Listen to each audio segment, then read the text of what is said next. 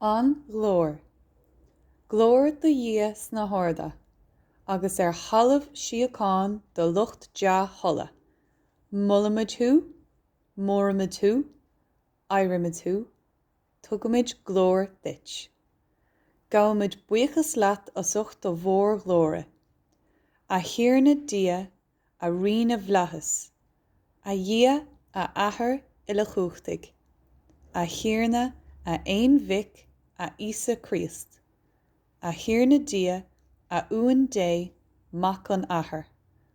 Tusa a thógan paci an domhan déan tróca orn.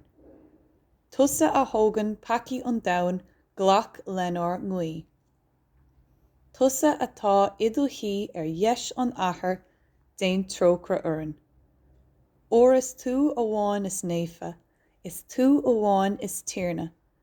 Is tú amháin is ró ord a Isa Christ, mar aon leis an Spirit Naomh, in glór dé an tathair. Amen.